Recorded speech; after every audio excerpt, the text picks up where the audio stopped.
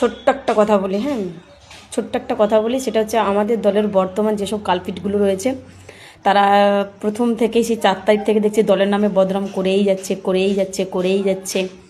হ্যাঁ, তো যে বিষয়টা আমি এখন কথা বলবো সেটা হচ্ছে ভারতীয় জনতা পার্টির নেতা নেত্রীদেরকে বলছি, আপনারা অত্যন্ত এইসব কালপিট থেকে দূরে থাকবেন।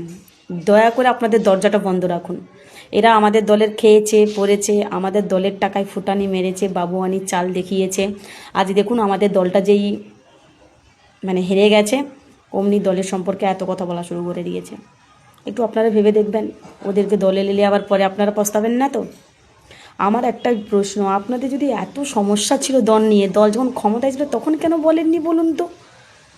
তখন কেন বলেননি? কেন মুখে কুলু বেটেছিলেন? কিসের জন্য? আপনারা কেউ জানেন যে কেন ওরা চুপ করেছিল তখন? কেন তখন কিছু বলেনি?